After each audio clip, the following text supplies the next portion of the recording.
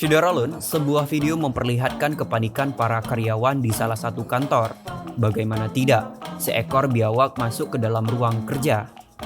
Hal ini terlihat dalam video yang beredar dan viral di media sosial. Salah satu yang mengunggahnya adalah akun Instagram @faktaindo.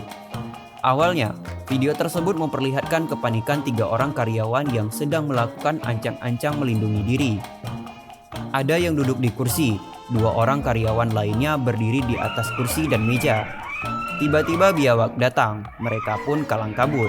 Si wanita yang berdiri di atas kursi naik di atas meja. Ia lalu terdorong oleh pria yang menaiki atas meja pula, dan mereka berlari keluar ruangan.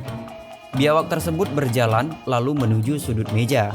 Warganet pun membanjiri kolom komentar dari unggahan tersebut.